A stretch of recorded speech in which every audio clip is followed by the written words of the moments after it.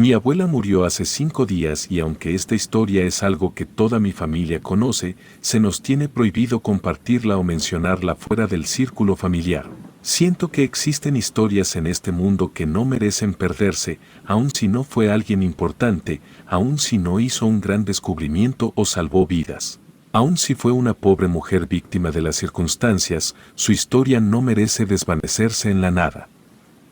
Para comenzar, honestamente no conocí a mi abuela paterna hasta que tuve 12 años, a decir verdad, no era algo que me quitara el sueño por aquel entonces, pues no se puede extrañar lo que nunca se ha tenido. Además tenía a mi abuela materna, la cual era muy buena. Por lo que recuerdo, papá siempre se estaba quejando de que ella vivía demasiado lejos y aislada como para estar en contacto e incluso aunque le habían intentado comprar un teléfono celular, ella siempre lo tenía apagado. Esa era la principal razón por la que pasamos tanto tiempo sin tener ningún tipo de contacto con ella, y eso fue así hasta que alguien le dijo a mi padre que mi abuela había tenido un accidente mientras atendía a sus vacas. No sabía bien qué había pasado, pero se había lastimado una pierna y se rehusaba por completo a ir con un doctor. Debido a que eran vacaciones de verano, a papá se le ocurrió la grandiosa idea de que debíamos ir a visitarla, junto con todos mis tíos y primos. Después de hablar con ellos, todos los hermanos de mi papá estuvieron de acuerdo con que debían hacer que mi abuela dejara el rancho y viviera con uno de nosotros en la ciudad, más específicamente con nosotros.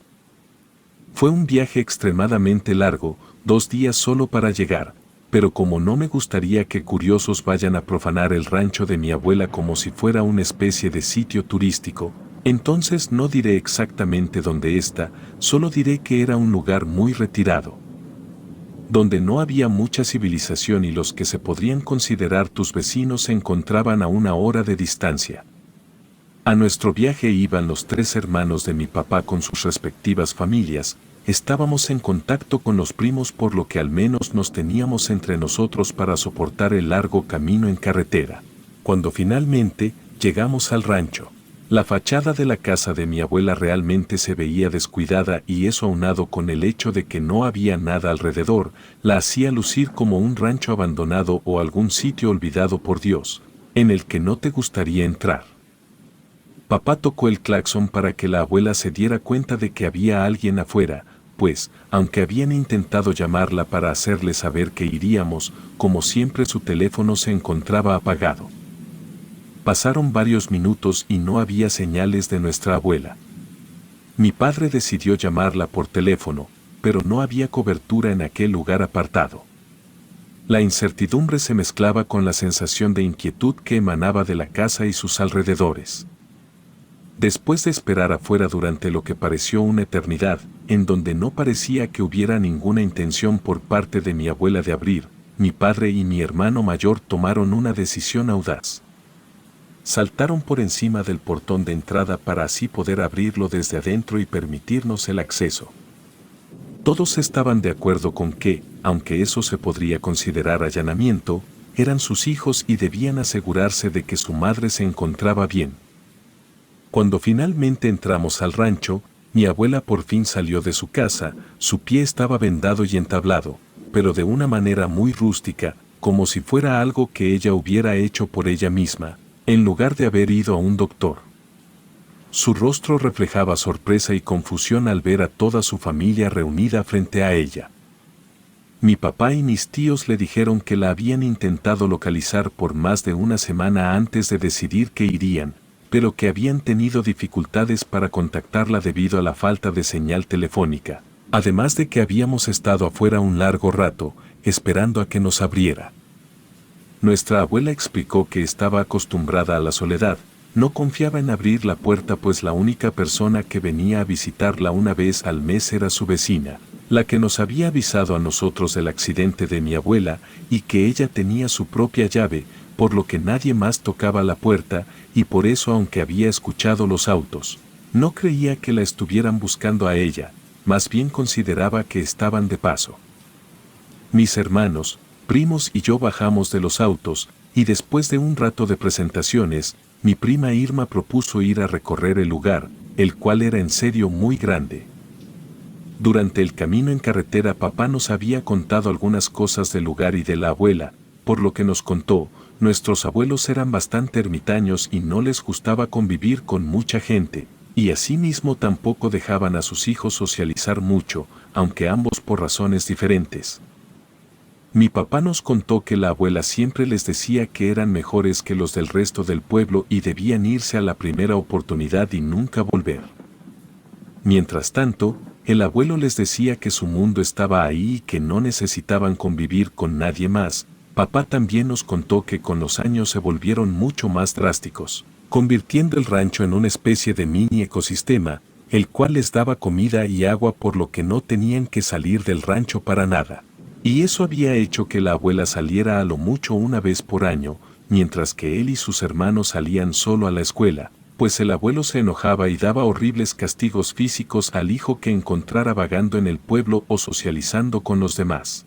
De hecho, se negaba a que estudiaran más allá de la secundaria, que era lo que había en el pueblo, pues para acceder a algo más, debía salir de él y el abuelo se oponía. Sin embargo, la abuela logró hacer que todos se fueran, dándoles el poco dinero que juntaba vendiendo verdura que ella cultivaba o servilletas que ella bordaba. Y después se las daba a su amiga para que las vendiera en el mercado. Por lo que me dijo mi papá fue muy duro, pues cuando lo sacó de ahí, les hizo jurar que nunca volverían, pues no estaba segura de poder hacerlo otra vez. Por lo que todos los hijos se fueron y se perdieron el contacto hasta que básicamente eran adultos. En cuanto comenzamos a explorar la casa nos dimos cuenta de que estaba impregnada de vibras que no te hacían sentir nada bien, era como si mientras más tiempo estabas ahí, un aire de abandono y melancolía te invadiera por completo. Las habitaciones parecían congeladas en el tiempo, con muebles cubiertos de sábanas polvorientas y fotografías amarillentas en las paredes. Las ventanas dejaban pasar una tenue luz que apenas revelaba los contornos de los objetos y parecían sombras que realmente inquietaban, no lo digo solo por crear atmósfera, sino que cada vez que recuerdo ese día, no puedo evitar sentir que había muchas señales para que nos fuéramos de ahí. Finalmente llegamos a lo que solo puedo describir como la oficina de mi abuelo, el cual por lo que sabíamos tenía poco más de 10 años muerto, aunque realmente era un lugar donde le gustaba hacer taxidermia, así que aún había animales disecados y empolvados por el lugar, el silencio era más abrumador. Había una enorme y vieja silla que se veía muy elegante, seguro había tenido tiempos mejores, estaba cubierta de polvo. También había algunas fotografías, pero solo era de él. Para mí eso era extraño pues mi padre tenía una foto nuestra hasta en su cartera, pero supuse que solo eran otros tiempos. Cuando nos aburrimos de recorrer todo el lugar, ya casi era hora de cenar, nos mandaron guardar a los animales y después entramos. La abuela parecía bastante feliz de por fin conocer a sus nietos y que todos sus hijos estuvieran ahí. Sin embargo, cuando todos le comentaron la idea de que fuera a vivir con nosotros a la ciudad, ella se negó cortésmente y cambió el tema. Mi tío Joaquín le dijo que al menos fueran al doctor para que le revisara la pierna. Pues no podía solo entablarse el pie sola, pero ella dijo que no necesitaba ir con un matasanos, por algo que ella misma podía curarse, y aunque ninguno de ahí se iba a rendir tan fácil decidieron seguir cenando en paz. La abuela, de manera inusual, insistió en que todos los primos durmiéramos en la misma habitación esa noche. Nos pareció un poco extraño, considerando que ya habíamos visto que había suficientes habitaciones en el rancho, pero no quisimos causar problemas ni molestar a nuestra abuela en su propia casa, por lo que aceptamos sin objeciones. Nos acomodamos como pudimos, algunos en la cama y la mayoría en el piso con cobertores, entre ellos, mis dos primos gemelos, Dylan y Gillian, los cuales siempre se estaban peleando o haciéndose bromas entre ellos, pero al mismo tiempo se cuidaban mucho el uno al otro. Aunque todos teníamos teléfonos, nadie los estaba usando, pues no había internet y la señal de datos era muy mala, por lo que no había mucho que hacer en ellos. Sé que al menos yo estaba a punto de quedarme dormida, cuando escuché a mi primo Gillian susurrar a Dylan, le decía que no quería jugar y que le dejara de jalar la mano. Entre sueños, Dylan le respondió con voz adormilada, asegurándole que no le estaba haciendo nada y que lo dejara dormir. A decir verdad, a nadie le pareció raro, pues todos sabíamos cómo eran esos dos. De repente, un grito desgarrador rompió el silencio. Todos nos sentamos para ver qué era lo que estaba pasándole a Gillian. Todos vimos esto, incluso si hoy en día les pregunto a cualquiera de ellos por esa noche, todos recuerdan lo que a continuación les contaré.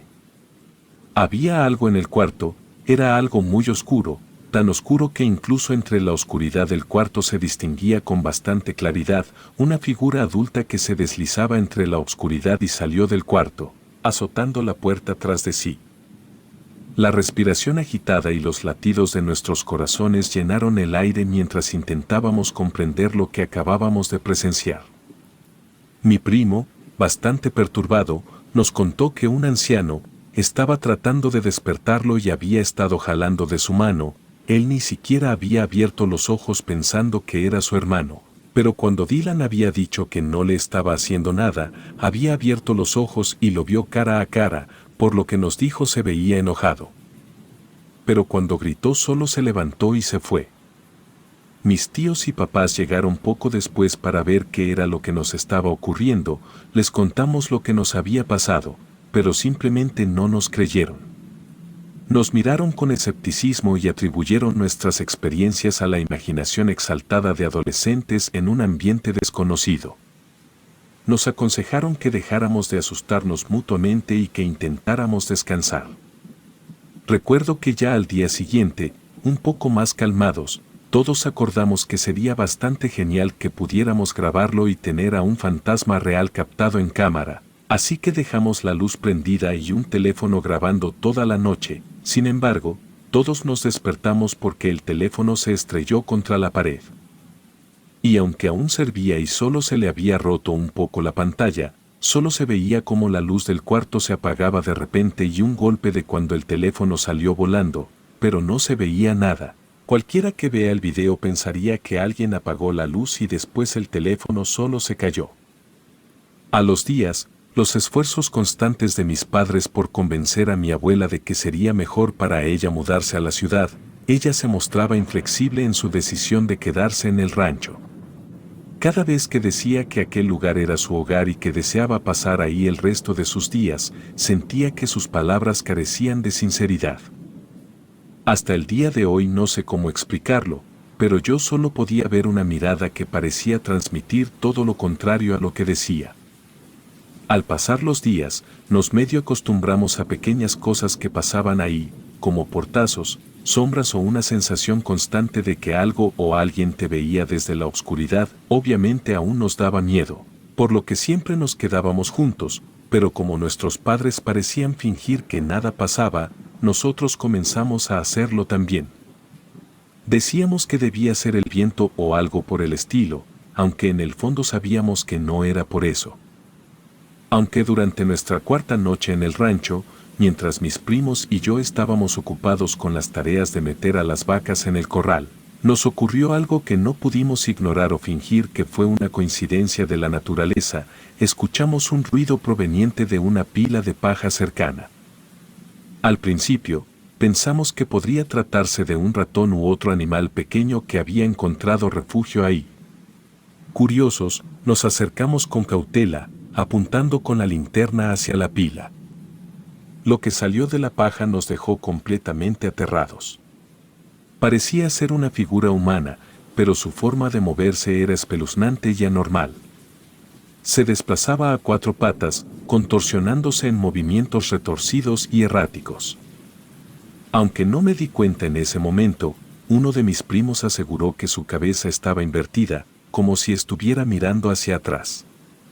No hicimos más que huir de los corrales, mientras escuchábamos una risa malévola y satisfactoria de aquella criatura persiguiéndonos. Les dijimos a nuestros padres, pero no nos creyeron. Ellos pensaban que solo no queríamos ayudar más con las tareas del rancho, e incluso recuerdo que nos dieron un discurso, del cómo la abuela estaba enferma y no podía hacer todo ella sola, y que si seguíamos inventando, solo la haríamos sentir mal, por no sentirse lo suficientemente útil. Por lo que nos callamos y ya no dijimos nada más. Recuerdo que, durante la cena de nuestro penúltimo día en el rancho, la discusión entre mis padres, tíos y mi abuela se volvió cada vez más acalorada. La preocupación por el bienestar de mi abuela los llevó a frustrarse, porque mi abuela simplemente se seguía negando a irse de ese lugar. La tensión en la habitación aumentaba mientras las voces se alzaban y se mezclaban en un caos de opiniones. En medio de la discusión, uno de mis tíos, frustrado por la resistencia de mi abuela, dijo enojado: te llevaremos, aunque no quieras. No permitiremos que te quedes aquí sola. Todos dimos un salto de nuestros asientos, no por lo que mi tío dijo, sino porque todas las puertas, cajones y estantes de la casa se abrieron de forma simultánea. Las puertas se azotaron, acompañado por un escalofriante crujido de madera. Y un viento helado empezó a inundar el lugar. Entonces, una voz profunda y rasposa resonó desde cada rincón de la casa, diciendo un firme no. Las palabras parecían surgir de las paredes mismas, envolviéndonos en un escalofrío que erizó nuestros cabellos y heló nuestra sangre. Todos quedamos atónitos, mirándonos unos a otros, sin saber qué opinar o cómo reaccionar ante aquel evento sobrenatural. El silencio se apoderó de la habitación mientras la voz se desvanecía lentamente. Con la voz quebrada por la situación y visiblemente afectada, mi abuela decidió compartir la verdad que se había ocultado durante décadas. Con lágrimas en los ojos, nos contó una historia sombría de su propia infancia. Cuando ella tenía escasos 13 años de edad, mi abuelo la había secuestrado, o como se decía en aquellos tiempos, se la robó. A pesar de sus súplicas a sus padres para que no la dejaran con un hombre desconocido, ellos, seducidos por la riqueza de tierras que poseía, decidieron abandonarla en aquel lugar con él. A partir de entonces, se convirtió en su esposa y su vida se convirtió en una prisión.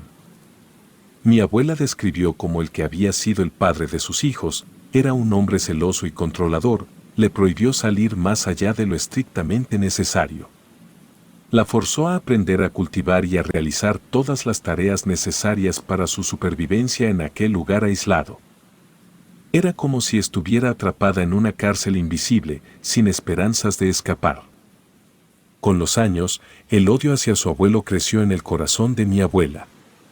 El amor y la devoción que ella tenía hacia sus hijos se convirtieron en su única razón para no huir. Aún así, siempre se preguntaba por qué su esposo insistía en mantenerla ahí. En respuesta, de manera sarcástica, él solía mencionar que era porque ella preparaba una deliciosa sopa de tortilla. La abuela nos reveló que una vez que se aseguró de que sus hijos estuvieran bien y ya no la necesitaran, decidió llevar a cabo su plan de liberación. Prepararía la mejor sopa de tortilla del mundo, sabiendo que sería la última que cocinaría. No estoy segura de poder decirlo tan abiertamente, pero ya se imaginarán lo que hizo. Pero después del funeral, cuando estaba lista para empacar sus maletas y finalmente abandonar ese maldito lugar, se dio cuenta de que no podía abrir la puerta. Era como si una fuerza invisible la mantuviera atrapada, impidiéndole escapar. La desesperación inundó a mi abuela mientras comprendía que jamás podría abandonar aquel lugar que había sido su cárcel durante tantos años. Las lágrimas brotaron de sus ojos cansados, mezclando la tristeza y la rabia acumuladas durante décadas de opresión. Después de eso solo la visitamos cada vez que pudimos. Yo me volví muy unida a ella y hasta sus últimos días, traté de que conociera el mundo, al menos de forma remota. Fue una gran mujer, solo tuvo mala suerte. Relato escrito y adaptado por Lisa Hernández.